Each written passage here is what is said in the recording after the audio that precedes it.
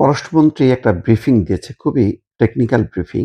বাংলাদেশ ভারত সম্পর্ক এগিয়ে নিতে সহায়ক পরিবেশ চায় ঢাকা।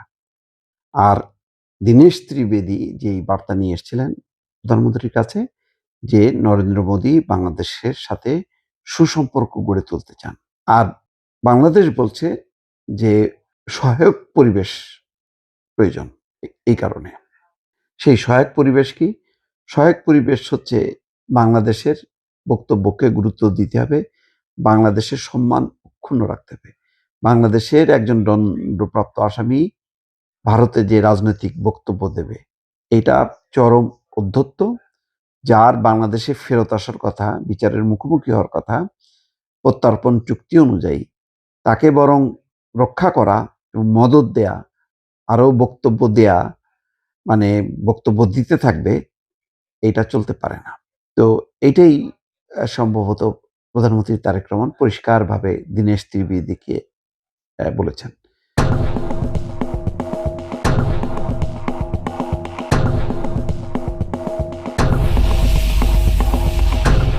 একটি অনলাইনের খবরে দেখা যাচ্ছে যে প্রধানমন্ত্রীর সঙ্গে কথা বলার পর দীনেশ ত্রিবেদী দিল্লি চলে গেছেন এই আলোচনার বিষয়বস্তু নিয়ে আলোচনা করার জন্য। অন্যদিকে রয়ের প্রধান ঢাকায় এসছেন। তো সব মিলিয়ে ভারত দৌড়ঝাঁপ শুরু করেছে এই পরিস্থিতি সামাল দিয়ে কিভাবে বাংলাদেশের সাথে সম্পর্ক উন্নয়ন করা যায় সেই চেষ্টাটা করছে, এবং ঢাকা হয়তো সেই সুযোগটাই করে দিয়েছে এবং বলেছে যে ঠিক আছে, তোমরাই সহায়ক পরিবেশ করো, যে যেই পরিবেশে আমরা দুই দেশের সম্পর্ক উন্নয়ন ঘটাতে পারি। এখন বলটা দিল্লির দিকে ঠেলে দিয়েছে ঢাকা। দিল্লিকেই এখন সিদ্ধান্ত নিতে হবে যে কেমন সম্পর্ক চাই। যদি সুসম্পর্ক চাই তাহলে শেখ হাসিনাকে থামাতে হবে, শেখ হাসিনাকে ফেরত দিতে হবে। দিল্লি কোনটা করবে? এটা হলো এখন গুরুত্বপূর্ণ প্রশ্ন। আর এই প্রশ্নের মীমাংসা না হলে বিমস্টেক সম্মেলনে প্রধানমন্ত্রী তারেক রহমান সম্ভবত যাবেন না। এখন পর্যন্ত এই সিদ্ধান্ত, পরের পরিস্থিতি কি হয় বোঝা যাচ্ছে না। পররাষ্ট্রমন্ত্রী বলছেন যে মানবতা বিরোধী অপরাধের দায়ে ফাঁসির দণ্ড নিয়ে ভারতে অবস্থান করা সাবেক প্রধানমন্ত্রী শেখ হাসিনার প্রত্যর্পণ ত্বরান্বিত করতে দিল্লিকে অনুরোধ করেছে বাংলাদেশ। একই সঙ্গে ইনকলাব মঞ্চের আহ্বায়ক শহীদ শরীফ ওসমান বিন হাদির হত্যাকারীদের প্রত্যর্পণেরও অনুরোধ করা হয়েছে।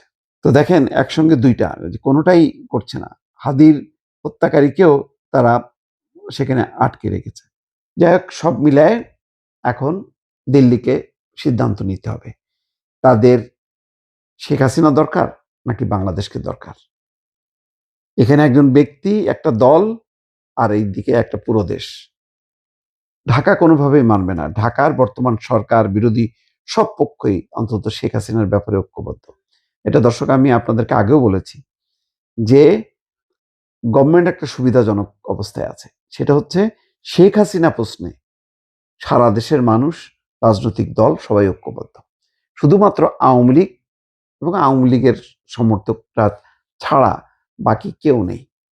হ্যাঁ, এর বাইরে যদি জনগণ বিপুলভাবে সাড়া দিত, নেমে আসতো, তাহলে একটা কথা ছিল, কিন্তু না, জনগণ নেই। এই অবস্থায় দিল্লির হাসিনাকে নিয়ে যত খেলতে থাকবে তত সে আরো লুজার হবে। এই সুযোগটা পাকিস্তান, তুরস্ক বা তার প্রতিপক্ষ চীন, অন্যরা নেবে। তো এখন কঠিন পরীক্ষার মধ্যে পড়েছে। আর বিমস্টেক সম্মেলনেও যদি বাংলাদেশকে হাজির করতে না পারে প্রধানমন্ত্রী তারেক রহমানকে, সেখানেও একটা প্যাচ। বিমস্টেক সম্মেলনের প্রধান অতিথি হিসেবে তাকে দাওয়াত দেওয়া হচ্ছে, তাকে বাংলাদেশের প্রধানমন্ত্রী হিসেবে দাওয়াত দেওয়া হচ্ছে না। এই বিষয়গুলো এখন দিল্লিকে মীমাংসা করতে হবে। কিভাবে মীমাংসা করবে এখন এটা দিল্লির বিষয়। দিল্লি এখন বাংলাদেশ বরং নির্ভর এই ব্যাপারে, যে বাংলাদেশের সাথে ভবিষ্যৎ সম্পর্ক কেমন চলবে, এখন দিল্লিকেই সিদ্ধান্ত নিতে হবে। আস্তে করে এই চাপটা বরং শেখ হাসিনা কার্ড খেলতে যে এখন দিল্লি পুরো ধরা খাইছে ঢাকার কাছে। এখন এর সমাধান দিল্লিকেই করতে হবে। হয়তো সেই বিষয়গুলো নিয়েই দীনেশ ত্রিবেদী দিল্লিতে যেয়ে থাকতে পারবেন, যেতে পারেন, অথবা রয়ের প্রধান বাংলাদেশে এসে কথা বলতে পারেন কিভাবে শেখ হাসিনাকে ফেরত পাঠানো যায় বা কি আইনগত প্রক্রিয়া আছে এই বিষয়গুলো নিয়ে।